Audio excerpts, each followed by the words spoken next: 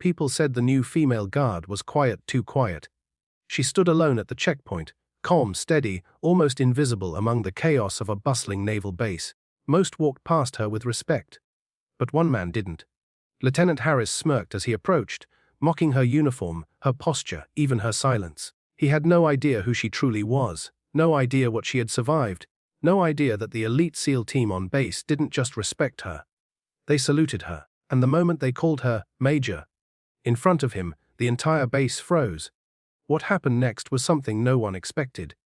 Especially him. The sun rose over the naval base, casting long golden streaks over the concrete runway. Vehicles hummed, boots clicked, officers barked orders, and somewhere among them stood a woman most people hardly noticed. Her name was Marlowe, the new security guard, assigned to the East checkpoint, though she never complained about her placement or asked for special treatment. She wore a simple polo, kept her hair tied in a neat bun, and carried herself with a calm that bordered on unnerving. But there was something hidden behind her eyes. A depth, a weight, the kind only people molded by fire carried within them. Most personnel treated her with respect. She checked IDs efficiently, answered questions politely, and never drew attention. But to Lieutenant Harris, a man known more for ego than discipline, Elena was just another low-ranking guard, playing soldier. That morning, Harris swaggered up to the checkpoint, sunglasses on, arrogance in full display. Elena extended her hand calmly, asking for his clearance card. He laughed.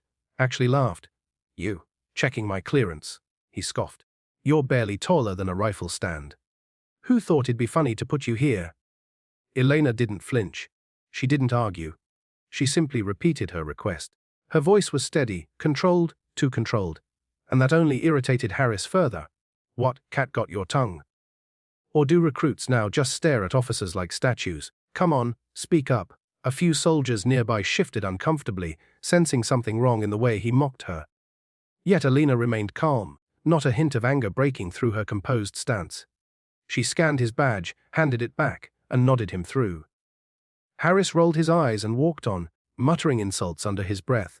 He had no idea that 3 figures were approaching behind him, silent, powerful, unmistakable in their presence.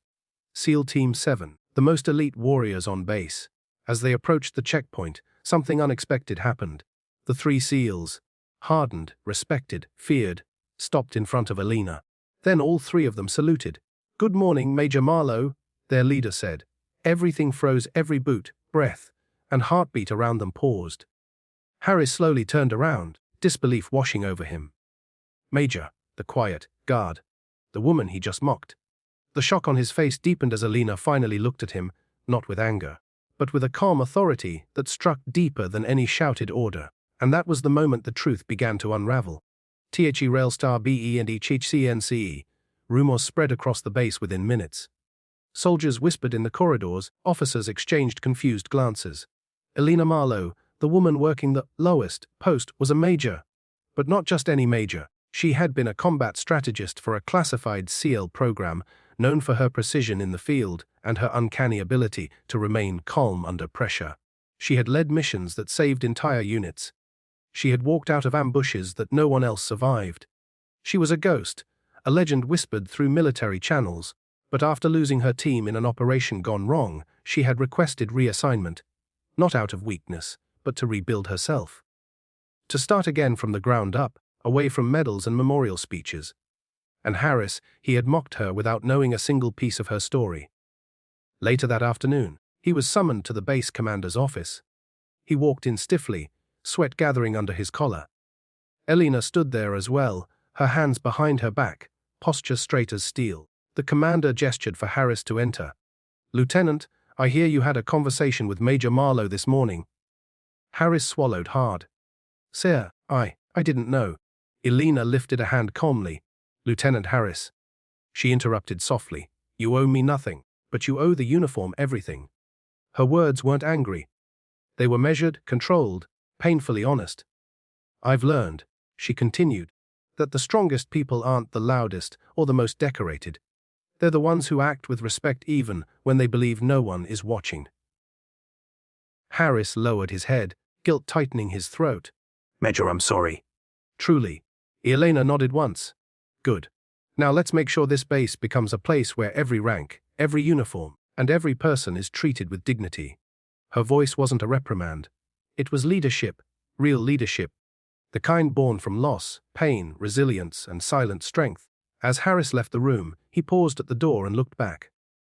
Not at the commander, not at the medals on the wall, but at Alina Marlowe, the woman who had taught him a lesson without ever raising her voice. Outside, the base moved on, but differently. Soldiers greeted her respectfully, some even saluting. The SEALs continued to treat her as one of their own. And for the first time in a long time, Elena felt something she thought she had lost: purpose, respect, and the quiet power of rebuilding from ashes.